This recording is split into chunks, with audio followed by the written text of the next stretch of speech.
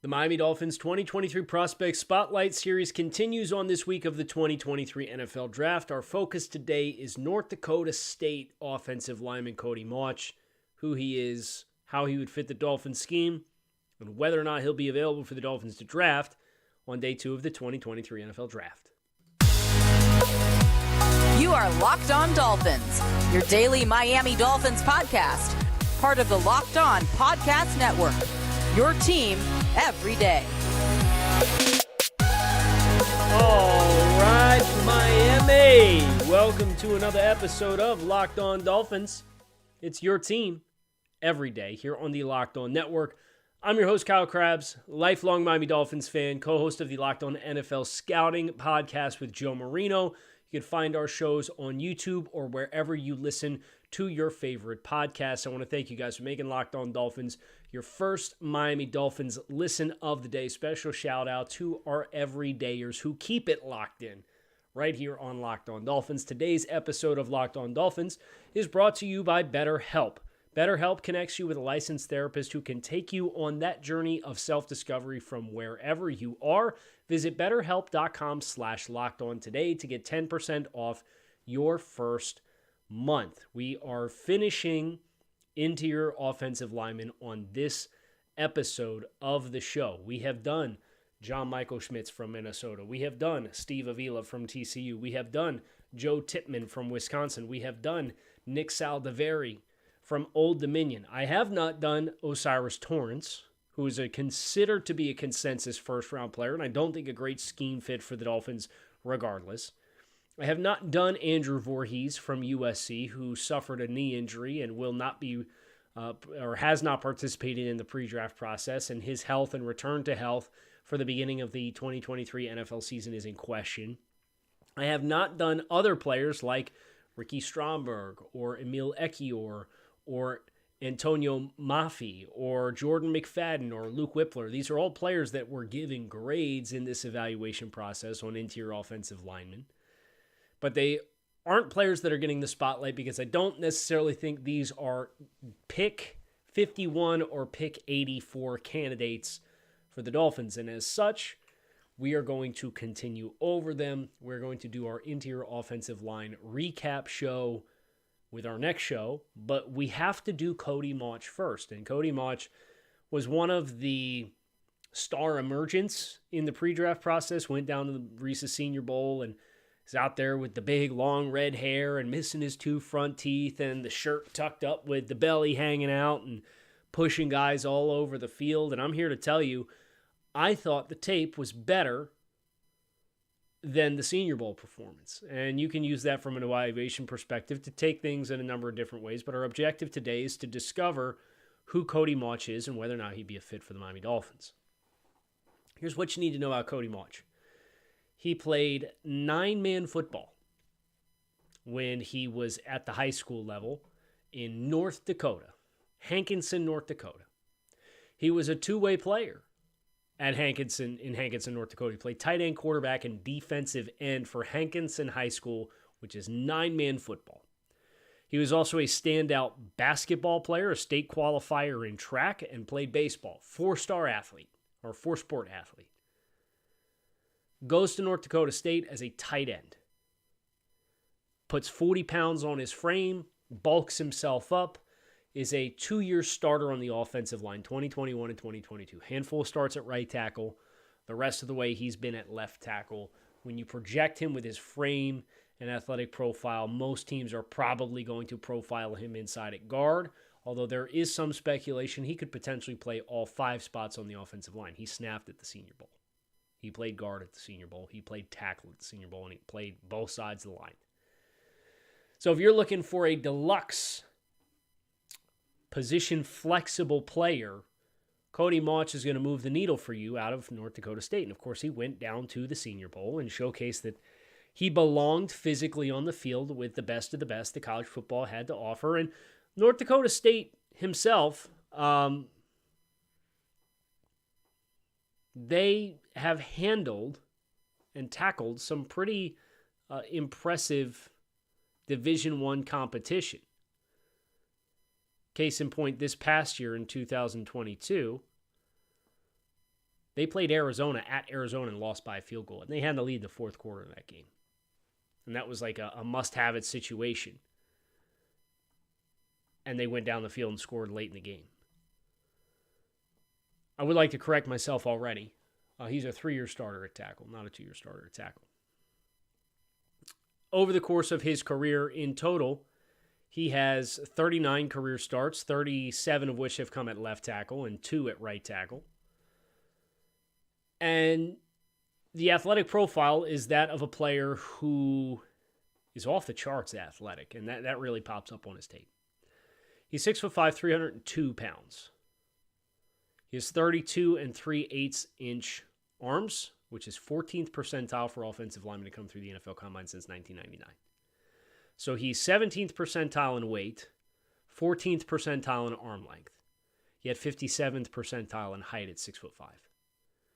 So that is going to kind of touch base on some of the questions and limitations and concerns that I have with Cody Mauch. But to finish the pros, 5.08 in the 40-yard dash is 83rd percentile. 1.79 second 10-yard split is 51st percentile.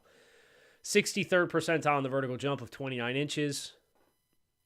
9-foot broad jump is 78th percentile. 7.33 second 3-cone drill is 93rd percentile. 4.55 second 20-yard short shuttle is 84th percentile. 29 bench press reps, 77th percentile. So if you look at his spider chart, which is, 0 is in the middle and 100% is all the way around the outside, and all the tests that he scored, very, very, very impressive from a functional athleticism standpoint, but a little bit limited from some of your size metrics. And that invokes some really interesting names amongst his comparables at mockdraftable.com, which overlaps that spider chart versus the spider charts of all the other players that have come through the pre-draft process before him and alongside him. You have successful players like Joe Thuney and Isaac Seumalo. Really, really good NFL guards. They're amongst the top 8 comparables. Oh, by the way, Ali Marpet, another small school player. When Joe Thuney, Ali Marpet, and Isaac Seumalo are 3 of your top 7 comps, athletically speaking, it puts you in a really good frame of reference. Also on his list, you have Matt Hennessy, a little bit of an underwhelming center out of Temple. You have Liam Eichenberg, offensive tackle, Notre Dame. And that's probably the one that's going to set off the alarm bells for everyone else, right? If you measured him as an offensive tackle, the number one comparable for Cody Mauch, not through offensive line scope, but offensive tackle scope, from an athletic profile and size profile perspective, his number one comp is Liam Eichenberg. Because they're both tall players. Eichenberg 6'6", Mauch 6'5". Eichenberg was 306, Mauch was 302. They both have 32 3/8 inch arms. And then they posted really, really good athletic profile skills between the agilities with their shuttle drills and their jumps. Liam didn't run. So the question is, with that as your base of knowledge, what is it about Cody Mauch that makes him not Liam Eichenberg? That's the question. That's the mystery, because they both played tackle throughout their college careers. And that's what we're going to explore next on this episode of Locked On Dolphins. Today's episode of Locked On Dolphins is sponsored by BetterHelp. Getting to know yourself can be a lifelong process, especially because we're always growing, evolving, and changing. Therapy is all about deepening your self-awareness and understanding, because sometimes we don't know what we want or why we react the way we do until we talk things through. BetterHelp connects you with a licensed therapist who can take you on that journey of self-discovery from wherever you are. If you're thinking about starting therapy, give BetterHelp a try. It's entirely online. It's designed to be convenient, flexible, and suited to your schedule. Just fill out a brief questionnaire to get matched with a licensed therapist and switch therapists at any time for no additional charge. Discover your potential at BetterHelp. Visit BetterHelp.com/lockedon to receive 10% off your first month. That's BetterHelp, HELP.com/lockedon. Here's where I think the divide can take place between the two. Because I really did not like opening up the athletic profile overlays and seeing Liam Eichenberg as match number 1 amongst offensive tackles. You acknowledge this is a 3-year starter at the NFL level. You acknowledge this is a player who is going to play on the inside at the NFL level. He can be a utility player and get you through a stretch, but like Liam Eichenberg has eventually transitioned his way inside, Cody Mauch is going to have to transition inside as well. There is a certain level of urgency and eagerness in which I think Cody Mauch plays the game that separates him from Liam Eichenberg. Now, Liam Eichenberg, in the run game at Notre Dame, you go back, I put myself in that frame of mind. Very consistent on double teams, very consistent on drive blocks, good vertical movement in the run game.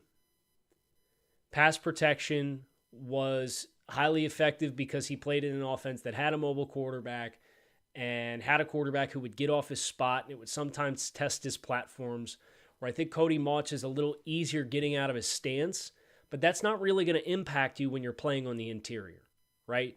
So now you have to look at and ask yourself, okay, where is the ability to win quick and get hands on, and how well does that translate? Because that has been the struggle for Liam when projecting him inside and playing him inside, is things are happening faster and his brain has not caught up to his body yet. So for Cody Mauch, what I see is a little bit more consistency with his hands. And I see a player who has a little bit more functional strength than Liam. I certainly think he's more fluid than Liam. And Liam, it seems like, with the lack of reach that he has, trying to get out and get attached onto bodies will result in him overextending himself and being too eager and not trusting himself to latch on. Where when I watch Cody Mauch, you see the fluidity, you see the violence in which he's capable of striking, you see how quickly he takes the air out of things and is quick to get on top of defensive linemen.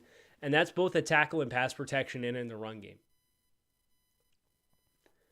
I think that's the biggest divider between the two, and the area that gives me some level of peace of mind that if you're going to project Cody Mauch into this offense as a guard, and he would be a guard, that he has enough differences in who he is as a player from a demeanor perspective, from a functional athleticism perspective, not testing athleticism, but functional athleticism, that he's not going to befell the same issues that Liam Eichenberg has had.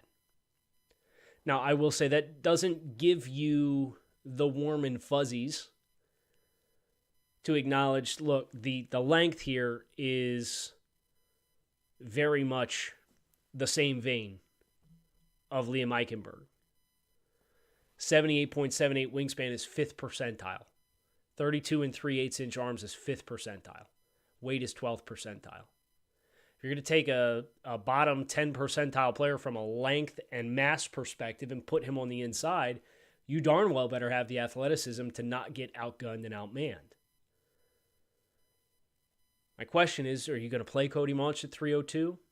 Are you going to continue to bulk him up and lose some of that athleticism?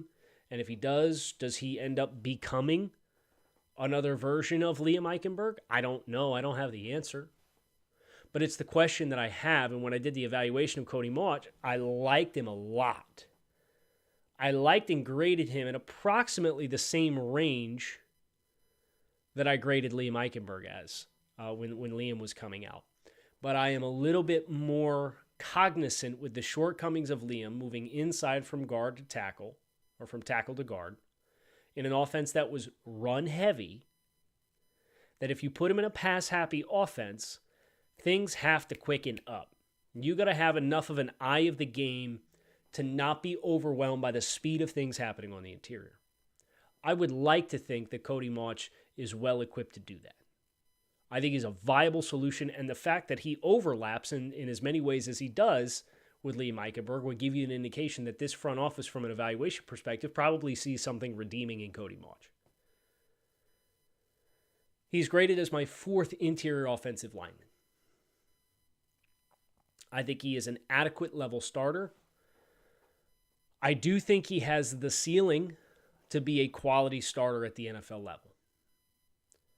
I don't think he has the ceiling of a Nick Saldiveri because Saldiveri has elite traits that Cody Mauch, quite frankly, does not. And Saldiveri, like Cody Mauch, because of their individual transitions, one was a 2-star recruit who played at Old Dominion, the other was a former walk-on tight end who had to add the mass onto his frame, who played 9-man football. You understand why he's a late bloomer.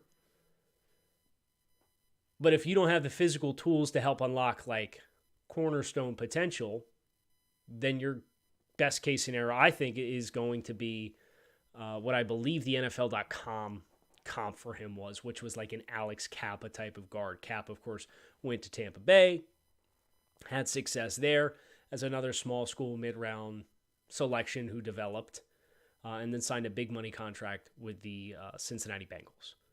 I think that's kind of the higher level pathway. The lower level pathway is Liam Eichenberg. So what level of confidence do you have that in developing an offensive lineman, you're going to get the higher of the outcomes and not the lower of the outcomes? That's up for them to assess and decide. There's plenty to like here, and we're going to talk about from a predictive standpoint where I think Cody Mauch gets drafted as we finish this prospect spotlight as a part of our preparations for the 2023 NFL Draft.